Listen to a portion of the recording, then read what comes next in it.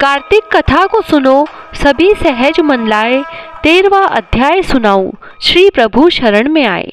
कार्तिक महात्म 13वां अध्याय। दोनों ओर से गदाओं, बाणों और शूलों आदि का भीषण प्रहार हुआ। दैत्यों के तीक्ष्ण प्रहारों से व्याकुल देवता इधर उधर भागने लगे।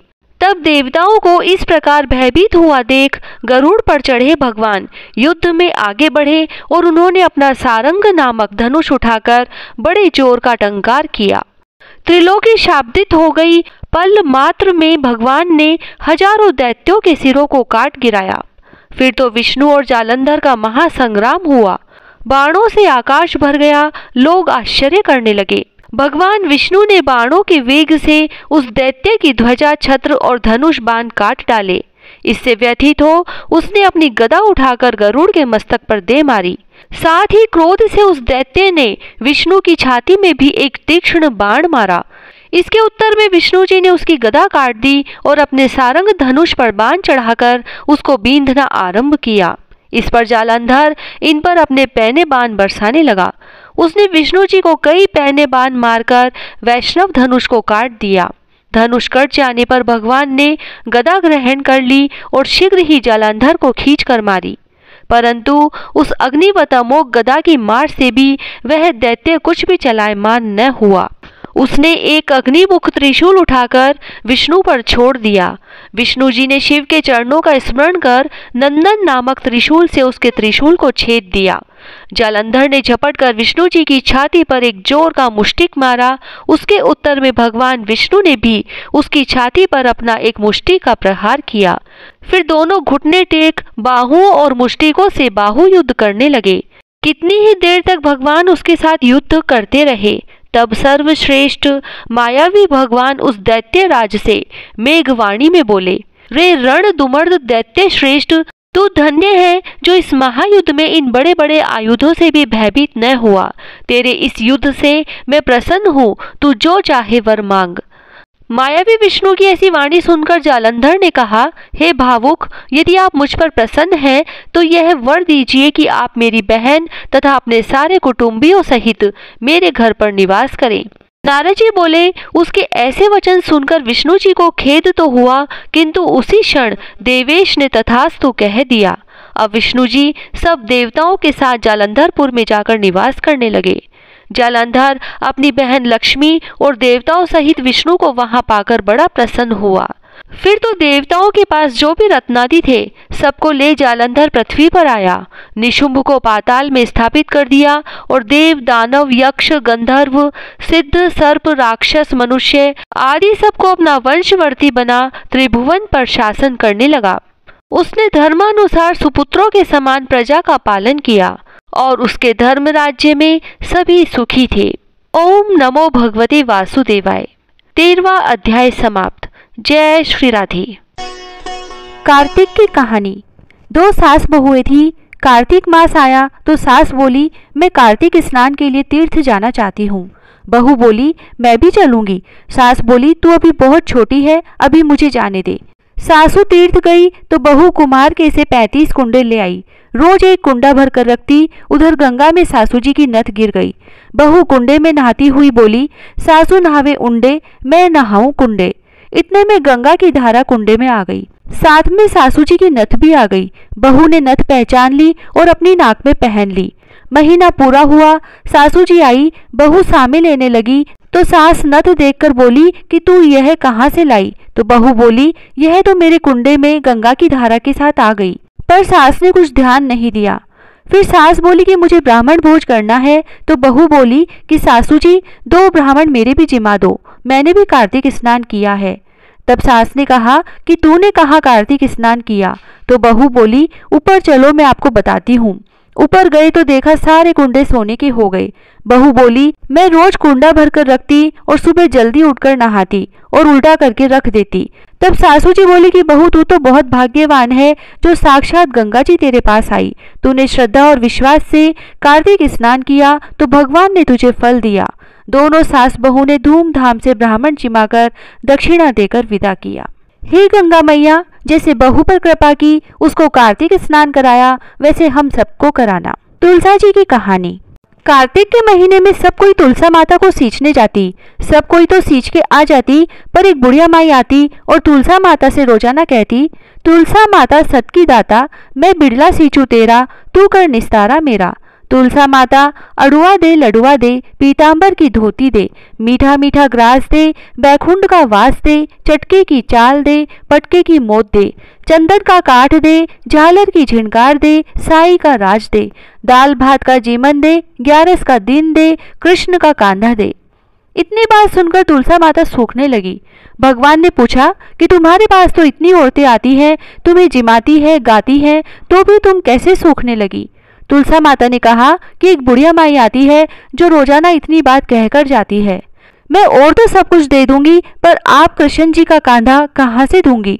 थोड़े दिन बाद बुढ़िया माई मर गई। सब कोई उसको उठाने लगे, पर वह इतनी भारी हो गई कि उठे ही नहीं। सब कोई कहने लगे कि पाप घाट की माला फेरती थी जिससे इतनी भारी हो गई। भगवान बूढ़े ब्राह्मण का रूप धारण करके आए। सबसे पूछने लगे कि इतनी भीड़ क्यों हो रही है? सब बोले, एक बुढ़िया मर गई है, पापनी थी, इसीलिए किसी से नहीं उठती। तब भगवान बोले कि इसके कान में मुझे एक बात कहने दो तो यह उठ जाएगी। सबने कहा, तू भी अपने मन की निकाल ले। भगवान ने जाकर उसके कान में कहा, बुढ़िया माई तू बिड़ला सींचे मेरा, मैं करूँ निस्तारा तेरा। बुढ़िया माई अड़ुआ ले गड़ुआ ले, पीतांबर की धोती ले, पटके की मोत ले, मीठा मीठा ग्रास ले, बैकुंठ का वास ले, चटके की चाल ले, चंदन का काठ ले, झालर की झिनकार ले, साई का राज ले, दाल भात का जीवन ले, कृष्ण का कांधा ले। इतना सुनते ही बुढ़िया माई हल्की हो गई। भगवान उसे कांधे पर ले गए और उसकी मुक्ति हो गई। हे तुलसा माता, जैसा उसकी मुक्ति करी ऐसा हमारी करियो, जैसा उसको कांधा दिया वैसे सबको दियो। लपसी तपसी की कहानी। एक लपसी था, एक तपसी था। तपसी तो भगवान की तपस्या करता। लपसी रोजाना 1.25 सेर का हलवा बनाकर भगवान को भोग लगाकर टाली हिलाकर जीम लेता। एक दिन दोनों में झगड़ा हो गया। लपसी बोला मैं बड़ा, तपसी बोला मैं बड़ा, क्योंकि मैं भगवान की तपस्या करता हूँ। नारद जी बोले कि तुम्हारा फैसला मैं करूँगा। दूसरे दिन तपसी नहाकर आने लगा तो नारद जी ने 1.25 करोड़ का मुंदड़ा तपसी के आगे गिरा दिया। उसने आंख खोलकर देखा तो मुंदड़ा पड़ा था। उसने उठाकर पैर के नीचे दबा लिया और तपस्या करने लगा। उधर लपसी ने 1.25 सेर का हलवा बनाकर भगवान को भोग लगाकर टाली हिलाकर जीम लिया। इतने में नारद जी आए और दोनों को अपने पास बैठाया। दोनों पूछने लगे कि कौन बड़ा है। नारद जी ने तपसी से कहा कि अपना पांव हटा। पांव हटाते ही मुंदड़ा निकला। तब नारद जी बोले कि मुंदड़ा चुराने से तेरी तपस्या भंग हो गई है, इसीलिए लपसी बड़ा है। तपसी कहने लगा कि मुझे मेरी तपस्या का फल कैसे मिलेगा? नारद जी बोले कि तेरी तपस्या का फल कार्तिक नहाने वाली देंगी। सब कहानी कहकर तेरी कहानी नहीं कहेंगी तो कार्तिक का फल तुझे हो जाएगा। धोती देकर अंगोछा नहीं देंगी, सीधा देकर दक्षिणा नहीं देंगी, ब्राह्मण जिमाकर दक्षिणा नहीं देंगी, दीवा चासकर हाथ न जोड़े तो तेरा पुण्य होगा। कपड़ा देके बटन न लगावे, दाहिने हाथ नाड़ा बांधे तो सबका फल तुम्हें हो जाएगा। और इतना कहकर नारद जी चले गए। लपसी को फल लपसी ने हो जो, तपसी को फल तपसी ने हो जो, माँ की कथा कहानी को फल माँ ने हो जो। पीपल पतवारी की कहानी। एक गुजरी थी। उसने अपनी बहू से कहा कि तू दूध दही बेच के आ। वह बेचने गई तो रास्ते में औरतें पीपल पतवारी सींच रही थी। उनको सींचता देखकर बहू ने पूछा कि तुम यह क्या कर रही हो? औरतें बोली कि हम पीपल पतवारी सींच रही हैं, इससे अन्न और धन होता है, 12 वर्ष का बिछड़ा हुआ पति मिल जाता है। बहू बोली, ऐसी बात है तो तुम तो पानी से सींचती हो, मैं तो दूध से सींचूंगी। अब तो गुजरी बहू रोजाना दूध दही बेचने ही नहीं जाती। वह रोजाना दूध तो पीपल में और दही पतवारी में सींचती। सास दूध दही का दाम मांगती तो कह देती कि महीना पूरा हो जाने पर दे दूंगी। कार्तिक का महीना पूरा हो गया, पूनम का दिन आया। बहू पीपल पतवारी के पास जाकर बैठ गई। पतवारी ने पूछा कि तुम मेरे पास क्यों बैठ गई? तब बहू बोली कि सासू दूध दही का दाम मांगेगी। पीपल पतवारी बोली कि मेरे पास क्या दाम रखा है, ये भरा डिंडा पान पतूरा है, इसको ले जा। बहू ने वही ले जाकर कोठरी में रख दिया और डर के मारे कपड़ा ओढ़कर सो गई। सासू बोली कि बहू पैसे ला। बहू बोली कि कोठरी में रखा है। सासू ने कोठरी खोल के देखी तो हीरा मोती जगमगा रहे हैं। सासू बोली कि बहू इतना धन कहाँ से लाई? बहू ने आकर देखा तो सच्ची में ही धन भरा हुआ है। बहू ने सासू को सारी बात बता दी। सास ने कहा कि अब की कार्तिक में मैं भी पतवारी सींचूंगी। कार्तिक आया, सास दूध दही तो बेचकर आ जाती और हांडी धोकर पीपल पथवारी में चढ़ा देती। आकर बहू से कहती कि मेरे से दाम मांग। तब बहू कहती, सासू जी कोई बहू भी दाम मांगती है क्या? पर सासू कहती कि तू मांग। बहू बोली कि सासू जी पैसे लाओ, तो वह पीपल पथवारी के पास जाकर बैठ गई। पीपल पथवारी ने सासू को भी पान पतूरा भरा डिंडा दे दिया। उसने वही ले जाकर कोठरी में रख दिया। बहू ने खोलकर देखा तो उसमें कीड़े मकोड़े बिलबिला रहे हैं। बहू ने कहा, सासू जी यह क्या है? तब सास ने आकर देखा और बोलने लगी कि पीपल पथवारी तो बड़ी दोगली पटपीटन है, इसको तो धन दिया और मुझको कीड़ा मकोड़ा दिया। तब सब कोई बोलने लगे कि बहू तो सत की भूखी सींचे थी, तुम धन की भूखी सींची। हे पथवारी माता, जैसा बहू को दिया वैसा सबको देना, जैसा सास को दिया वैसा किसी को मत देना। विनायक जी की कहानी। एक बुढ़िया माई थी, वह मिट्टी के गणेश जी की पूजा करती थी। वह मिट्टी के गणेश जी रोज बनाती, रोज गल जाते। सामने एक सेठ का मकान बन रहा था, तो वह वहां जाकर बोली कि पत्थर का गणेश बना दो। मिस्त्री बोले, जितने में हम तेरा पत्थर का गणेश गढ़ेंगे उतने में अपनी दीवार न चीनेंगे। बुढ़िया बोली कि राम करे तुम्हारी दीवार टेढ़ी हो जाए। अब उनकी दीवार टेढ़ी हो गई। वो बनावे और ढा देवे, बनावे और ढा देवे। इस तरह करते करते शाम हो गई। शाम को सेठ आया और उसने कहा, आज कुछ भी काम नहीं किया। तो मिस्त्री कहने लगे कि एक बुढ़िया आई थी, वो कह रही थी कि मेरा पत्थर का गणेश गढ़ दो। हमने नहीं गढ़ा तो उसने कहा कि तुम्हारी दीवार टेढ़ी हो जाए, जब से दीवार सीधी ही नहीं बन रही। सेठ ने बुढ़िया को बुलवाया और कहा कि हम तुझे सोने का गणेश मंड देंगे, हमारी दीवार सीधी कर दो। सेठ ने बुढ़िया को सोने का गणेश मंडवा दिया और सेठ जी की दीवार सीधी हो गई। हे विनायक जी महाराज, जैसे सेठ की दीवार सीधी करी वैसे सबकी करना। कहता न सुनता न हुकारा भरता ने सारे परिवार की रक्षा करना। हे कार्तिक महाराज, सबकी मनोकामनाएं पूरी करना, सबकी रक्षा करना। जय श्री राधे। तुलसी महारानी नमो नमो, हर की पटरानी नमो नमो।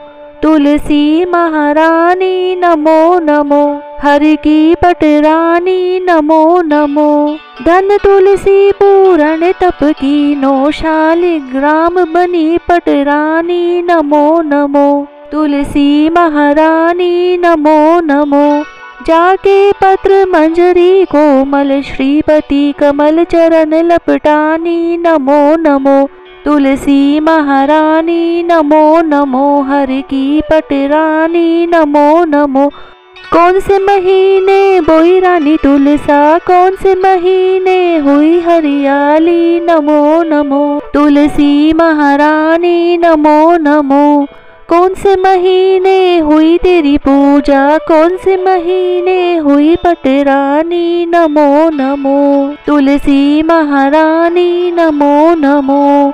आषाढ़ मास बोई रानी तुलसा, सावन मास हुई हरियाली नमो नमो। तुलसी महारानी नमो नमो।